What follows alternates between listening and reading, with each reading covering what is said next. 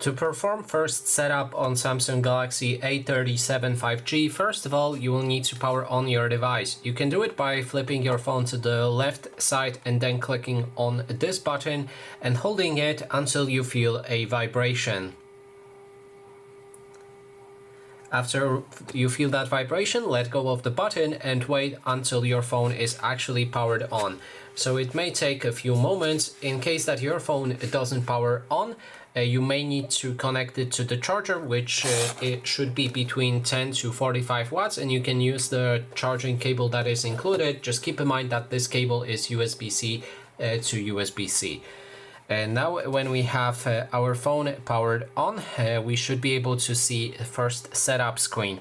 In the first setup screen, you'll be able to pick the language that you want to use throughout that setup and for the system as well. In this case, we're gonna go for the English language. We can go for United Kingdom and then proceed. Then there's all of the agreements that you need to accept, or if you don't want to, then sadly you won't be able to use this device, so you will need to accept.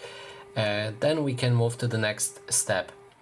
You can perform easy setup using your previous device. So if you had a Galaxy Android device, a Galaxy or Android or iPhone device, you can use the transfer. That way you will get your previous device on this one, which is kind of great, but I want to set up this phone as brand new in this case, so I'm gonna go for setup manually. If you want to go with one of those options, just follow instructions on screen. They are very easy and you should manage to do it. So let's go for setup manually right here, and then we need to pick Wi-Fi network that we want to use. I'm pretty sure you can skip this step. You can just set up this device offline, but in this case I'm just gonna enter a password for my network. Okay, so that is finished, and after the restart is gone, you can connect your phone to the mobile network, but for that you will need to connect a SIM card. So you can plug in your SIM card on the bottom side of this device. In this case I don't have it, so I'm just gonna click on next.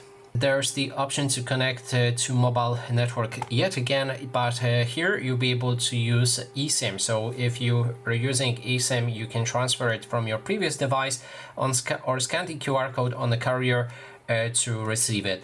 In this case, I'm gonna again skip it. I don't want to have any SIM cards currently, just Wi-Fi. Then we can copy apps and data from our previous phone. Again, you had this option at the start, but with the easy setup. But in this case, as I said, I want to go with brand new device.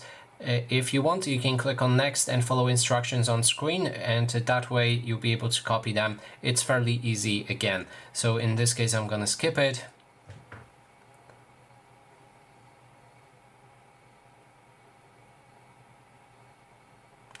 Here you can also sign into your Google account to unlock Google Play Store and most of the Google services, but here I want to use just a Samsung account, so I'm gonna skip it. Then you can protect your phone with the face recognition, fingerprint, PIN, password or pattern. If you want, you can set up this unlock method and then use your phone but with the password. Here's Google services that you can also activate or deactivate, so check them and enable or disable any of that options. Choose your search engine.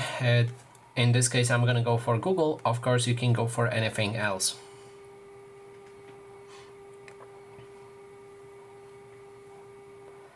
Okay, so here we have option to log in to Samsung account. If you want to skip it, then you can click on forgot or don't have account, and then select setup later in settings.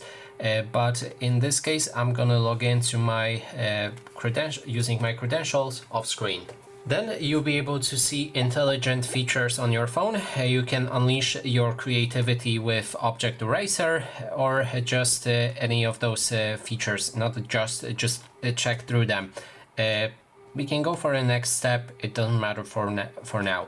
Then you can use Bixby if you like. You can see the features for Bixby, its introduction. I'm gonna move to the next step, and then we can read that Samsung Bixby uses those permissions. You can see all of the permissions used by that specific assistant. Of course, you'll be able to turn it off later in the settings. You can use Samsung Wallet, and in this case, yeah, I'm in the Poland region, but I don't want to use Samsung Wallet. I prefer Google Wallet instead. Then there's Samsung services that you can activate or deactivate, and then we can choose display mode to light or dark mode. Light mode offers you white background, and dark mode offers you the dark background. So I'm gonna go for light and move to the next step.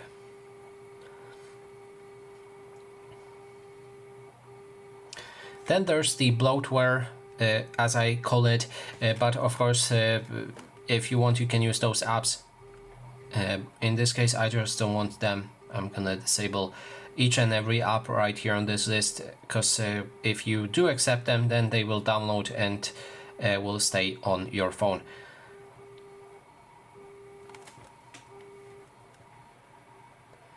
And we're all set up. Our device is ready to use. So that is basically everything. Thanks so much for watching.